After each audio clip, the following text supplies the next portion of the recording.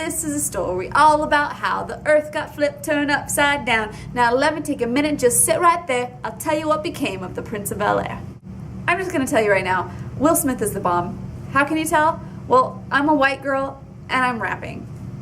This is what he did to my generation.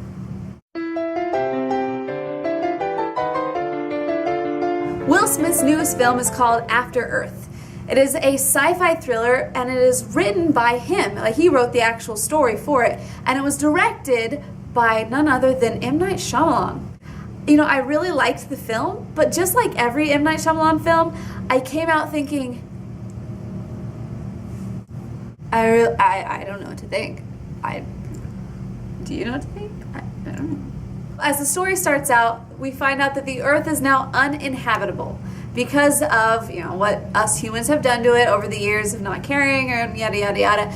Everyone's had to pick up camp and get out, and they all moved to another planet. Now you think that it would all be done at this point, right? I mean, hey, we're out of there. It should be good. But you know, it's kind of like switching into a new college dorm room. There's always going to be someone there that just ruins it for everyone else. In this case, it happens to be a 20-foot grotesque monster that, although blind, can smell fear and likes to hang people upon stakes.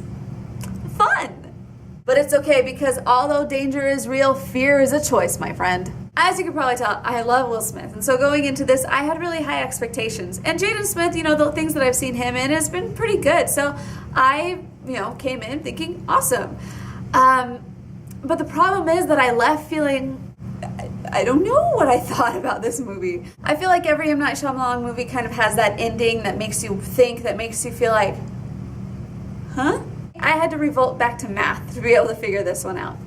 First, let's talk about the acting.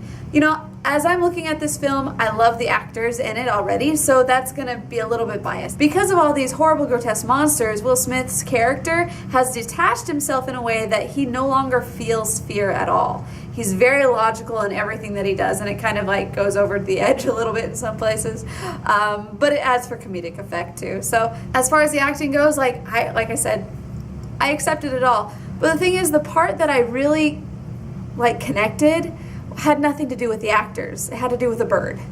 So maybe that's not a good thing. I don't know. I'm gonna give the acting 2.5 to 3 stars. We'll go with 3 stars just because I'm a fan of Will Smith.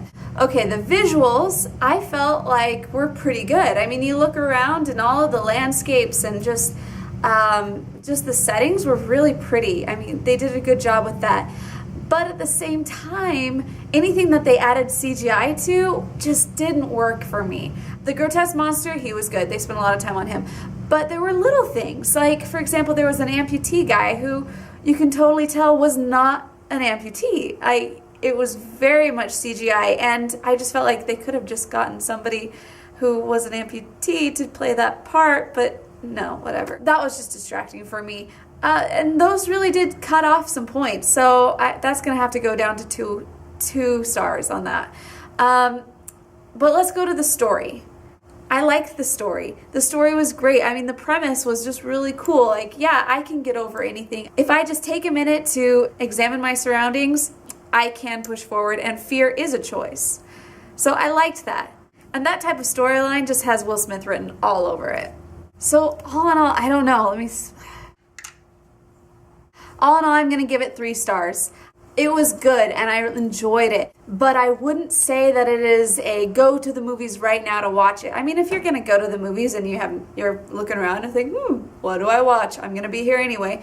I would say it's a good movie and you'll like it, I think. But for me, it's actually more of a dollar theater movie. I would have really accepted it totally there. Awesome. But I want to know what you guys think. So let me know in the comments below. Did you like it? Did you not like it? Did you like the bird? Tell me you liked the bird.